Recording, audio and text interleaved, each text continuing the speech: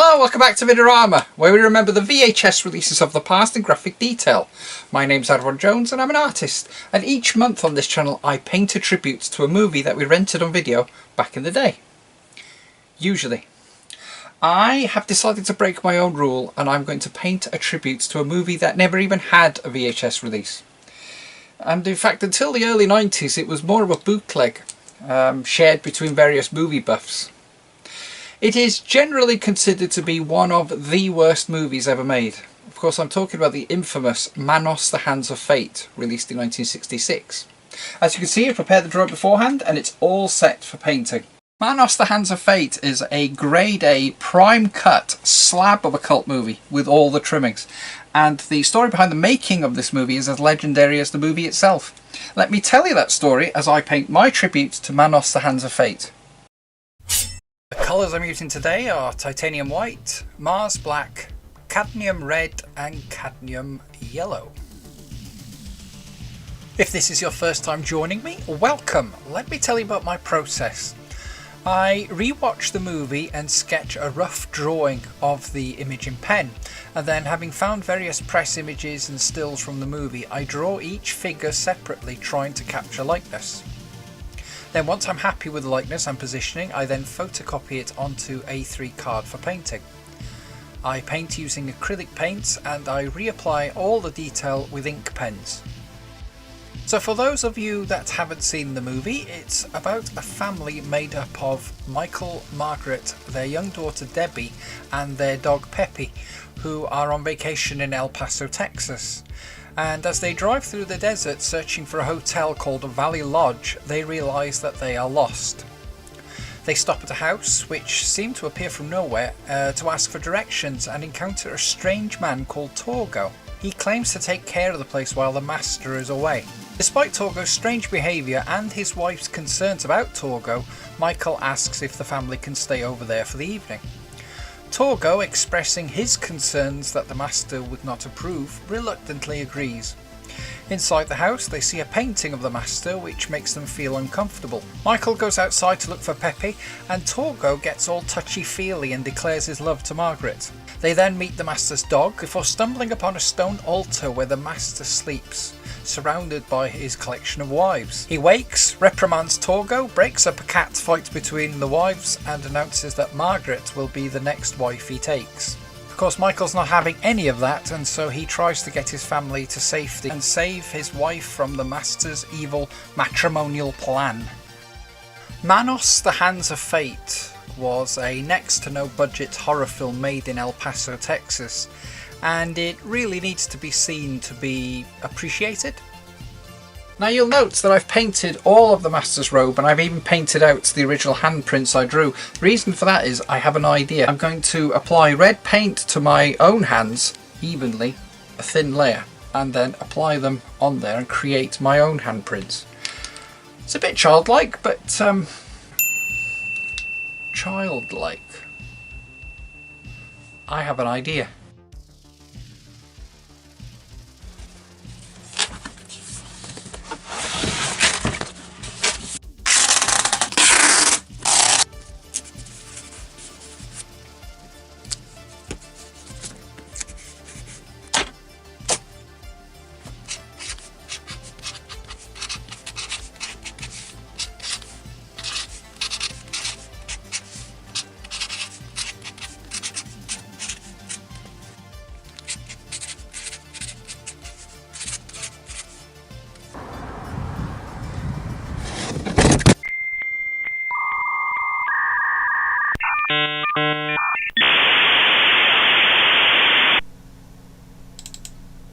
Hello Jackie, how are you? I'm good. How are you? I'm very well, thank you very much. Did you get the package I sent to you? I sure did. Came nice and safe, and here you are, your beautiful artwork. Perfect, I'm glad. Well, as you know, I was going to add my handprints to the painting, but I thought it would have more meaning behind it if you were to provide your handprints instead. Well, that makes sense. I mean, even my DNA will be imprinted on there. This guy here that you painted, the master was my dad in real life. And I played the part of Debbie, the the little girl of the Lost Travelers that upset people if you ever saw the end of the film. If you made it that far, that is. Oh, I did. But with that connection in mind, that's why I feel that it should be you that provides the handprints on this painting. So, Jack, if you're ready, I would be honoured if you add your handprints to my painting. Okay, well, what you've asked me to do, and you did measure it just perfectly for my hands, is I've got some red paint here, and I've got one shot at this. So I'm going to put both of my hands there to give you a nice unsmudged handprint to that. Brilliant. I've practiced it without paint several times. Like, okay. Fantastic. So here we go. And I was also trying to think, should I paint it on my, I think that's the best way. It's funny, as a painter, I've always got paint on my hands, just not quite to this degree, generally. I can relate. All right. Need enough paint, but not enough for it to smear. Okay, now here's the trick. How do you do the other one? Because I want to do them at the same time so they're even. Doesn't this look like fun? My dad, the master, was an artist too. He created all the props, the artwork in MANOS, Hands of Fate. My mom actually made the original robe that I'm about to imprint here. Let's see. Okay. I think that's about as good as we get. Brilliant. Here we go. Here we go. Ooh. Okay, go. Fantastic. That's not bad. That looks good. Excellent work. There you go. You see, I knew you'd do it justice. Well, luckily my hands are small enough, but I think we talked about that beforehand, to be sure. Brilliant. Excellent stuff. Right then. We'll let that dry.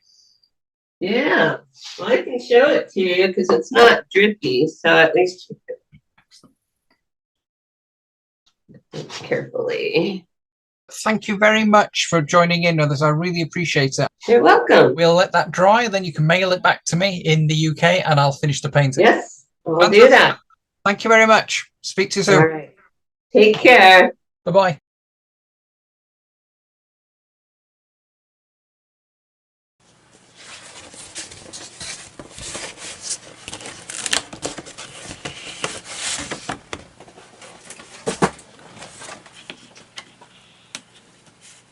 Well, it's back in the UK, safe and sound, and I'm absolutely delighted with how it turned out. Jackey did an amazing job. Yeah, and she even very kindly signed it in the corner for me. So, without further delay, let's finish it. Okay then, the man behind the movie that Entertainment Weekly once called the worst movie ever made was a salesman by the name of Mr. Harold P. Warren, who was born in 1923 with the gift of the gab. Having sold all manner of things from life insurance to liquid fertiliser, Warren was also a keen actor with aspirations of fame and fortune, and he performed at various local community theatres. And this ultimately led to him securing a couple of walk-on parts on various television shows, one of which was Route 66. This brought him in contact with the show's co-creator and screenwriter Sterling Silliphant, and then apparently one day Warren was having a conversation with Silliphant and he told him that he believed it would be easy to make a horror movie. Silliphant disagreed, and Warren retained this claim and said that he already had a script called Lodge of Sins, and he made a bet that he could make the entire movie on his own. The bet was on.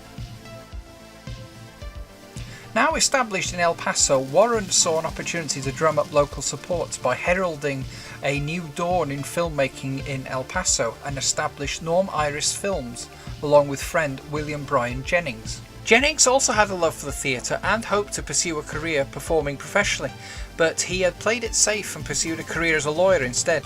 Jennings would not only feature in the movie as a cop, he would also use contacts made during his time as district attorney to acquire police uniforms, badges and a squad car for the film. He was also able to acquire the movie's location, a ranch that belonged to the newly appointed United States Magistrate, Judge Colbert Caldwell. Warren cast himself as the father, but when it came to casting his wife, at this particular moment in time, a model by the name of Diane Marie was on a road trip with her friend and they had broken down in El Paso. In order to pay the mechanic's repair bill, both women had to find some temporary work. Marie called into the mannequin model agency, who happened to be recruiting Manos' wives for the film. So after a brief meeting and an awkward, unreciprocated advancement by Warren, Marie was offered the leading role of Margaret. The story originally required 8 wives for the master, but they lowered it to 6, and each model was assured that this film would boost their careers. One of the models was Joyce Moeller, who actually broke her ankle during rehearsals, and this resulted in her father filing a $4,000 lawsuit against Warren. Warren managed to appease the situation by casting Moeller in a newly written role in which she played the girl that was continuously canoodling in the convertible. As for the rest of the cast, being a member of the Festival Theatre Company, Warren recruited some of his fellow thespians.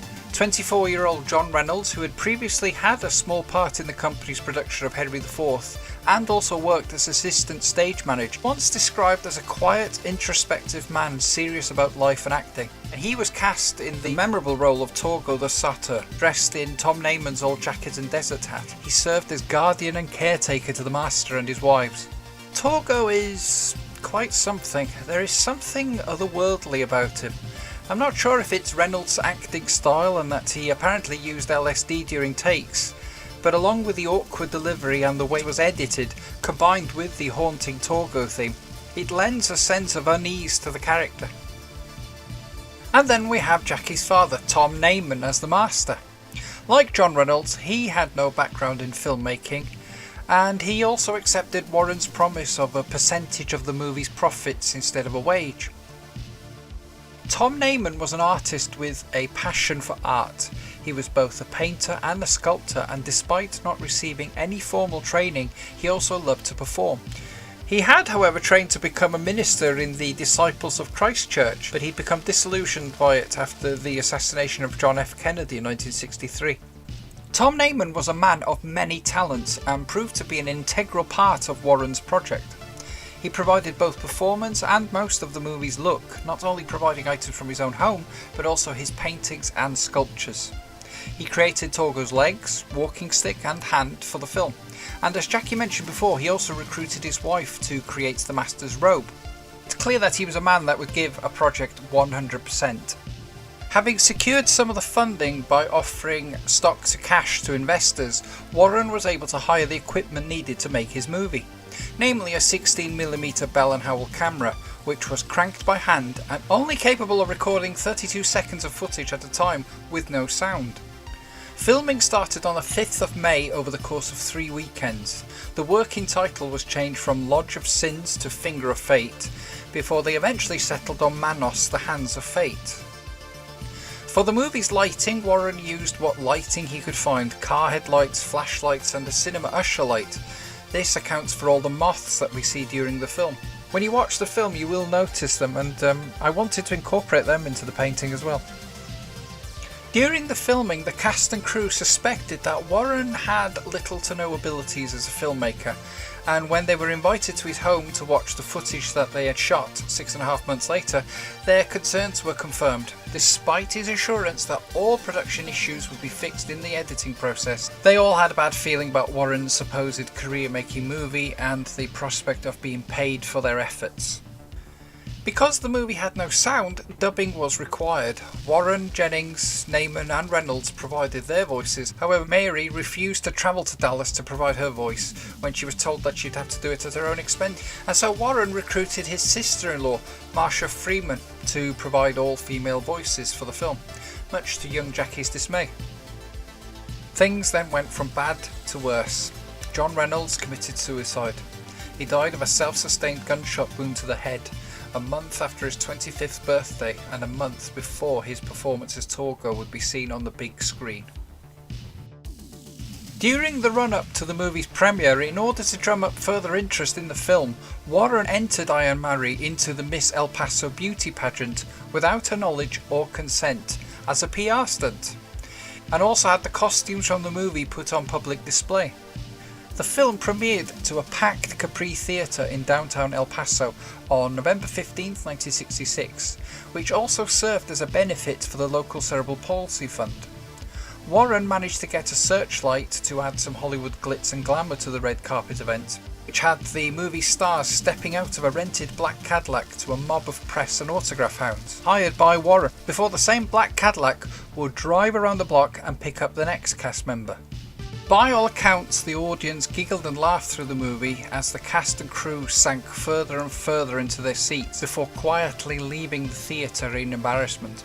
And yet, despite the cast, crew, audience and press reaction, Joe Emerson of Emerson Film Enterprises, who was responsible for distributing such movies as The Creation of the Humanoids in 1962, The Atomic Brain, Monstrosity and Del Tenney's Violent Midnight in 1963, agreed to distribute Manos to various drive-ins. The Capri Theatre, however, cancelled its scheduled run a few days after the premiere. It's not known how much money it made, but the only cast members to be compensated for the efforts was Jackey, who received a red bicycle for playing Debbie, and their Doberman Shankar, who played the Master's dog, who was given a £50 bag of dog food. On the subject of rewarding one's efforts, this is the part of the video in which I urge you to check out the rest of my channel and subscribe to it if you haven't already. You'll find other painted tributes to all manner of movies here, so please check out another video and support the channel. Thank you. As for Manos, things moved on and everyone put the whole experience behind them. Warren continued to work with the Festival Theatre Company and pitched his follow-up movie Wild Desert Bikers, with no success, and he eventually gave up on making movies and moved to Arizona, where he became a director of customer relations for the town of Arizona City. Having written a book about computerized salesmanship in the 70s, he and his wife set up a company selling interest in tax shelters. Ever the wheeler and dealer, Warren died of lung cancer in 1985 before the IRS could catch up with him. Diane Marie, who I suspect I've been mispronouncing throughout this video, went on to have a successful modelling career during the 1970s. As for the Master, Tom Neyman continued to perform with the Festival Theatre Company and taught acting to teenagers in 1970 and 71, before becoming a paid director of the company. In 1972 he moved to California, worked as a director of the Ontario California Boys Club before moving to Oregon and working as a handyman. Manos was but a distant memory, and it remained an obscure film for many years, sometimes subcontracted to TV syndication, but it seemed to mostly exist as a bootleg VHS that was passed around and seen by various movie buffs. But all that would change in 1992 when Mystery Science Theatre 3000's Frank Conniff, who was in charge of pre-screening and selecting movies for the show at the time, came across a VHS copy of Manos. Conniff felt that the movie had an atmosphere that made it perfect for the show, and it featured on the 4th season finale. The Manos episode is still considered to be one of the best of the series by fans. This obscure movie had found an entirely new audience and a life of its own. Popular culture has embraced Manos. It was released as a comedy stage show in 2006, a musical called Manos Rock Opera of Fate in 2007, and in 2011 it was made into a puppet musical called Manos the Hands of Felt. Naturally there had to be a sequel, so there was Manos the Rise of Torgo, which served as a prequel to the original, starring Jackey, and Manos Returns in 2018, which not only saw Jackey and Diane Marie return, but it also had Tom Neyman donning the robe once more and playing the Master. The film served as a loving tribute to Tom Neyman, who had sadly passed away in 2016. As for Jackey, she loved acting and attended classes at the Festival Theatre in 1970, and would later make a small uncredited appearance in The Curse of Bigfoot in 1975. But she gave in to the sweet, sweet siren call of art, working as a professional artist since the 80s. As one of the few surviving MANOS cast members, she is also one of the few that has actually embraced her involvement in this movie, and in turn she has been embraced by the Misty community. So much so that she now offers online MST3K art courses, and in 2016 she authored Growing Up with MANOS The Hands of Fate, How I Was the Child Star of the Worst Movie Ever Made and Lived to Tell the Story, which tells of her experience of working on the film, and I highly recommend it. Oh, and she also makes custom robes identical to the ones worn by the Master on her Etsy store. The perfect winter snuggle blanket for your loved ones.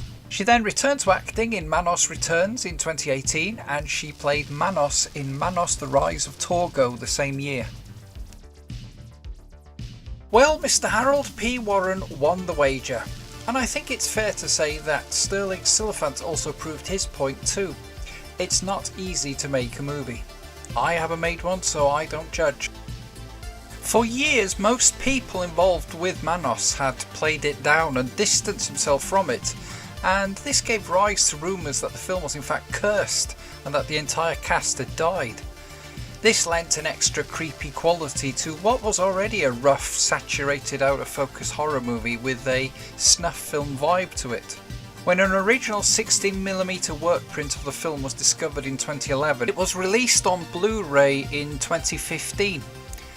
Although it was nice to see the detail, I personally think Manos plays better as a horror film when it looks like a rough, pirated bootleg. But whatever your preference, either as a standalone movie in high def, or just being riffed by Joel and the Bots, long may its underground success continue. I think the Master would approve. Thank you for joining me today and keep me company. As ever, I hope that was of interest to you, and I hope you approve of the final painting. If so, let me know what you think in the comments and give the video a like. I'm still tickled pink that I've been able to collaborate with Little Debbie and paint a tribute to Manos. So many thanks to Jackey. Jackey is an amazing artist, and I highly recommend that you check out her artwork. You'll find all the relevant links to her sites in the description of this video. So check out her work and tell her that Avon sent you. So there we go, dear viewer, tributes to Manos The Hands of Fate from 1966. Thank you again for watching, and until next time, good night out there, whatever you are.